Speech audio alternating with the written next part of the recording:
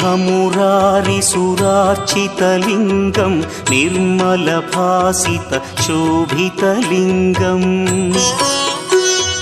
जन्मजदुःखविनाशकलिङ्गं तत्प्रणमामि सदा शिवलिङ्गम् देवमुनिप्रवरार्चितलिङ्गं कामदहन करुणाकरलिङ्गम्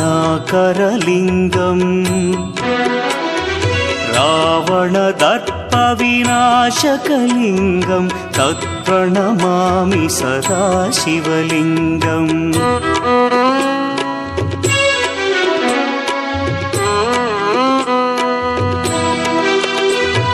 सर्वसुगन्धसुलेपितलिङ्गं बुद्धिविवर्धनकारणलिङ्गं सिद्धसुरासुरवन्द्यलिङ्गम्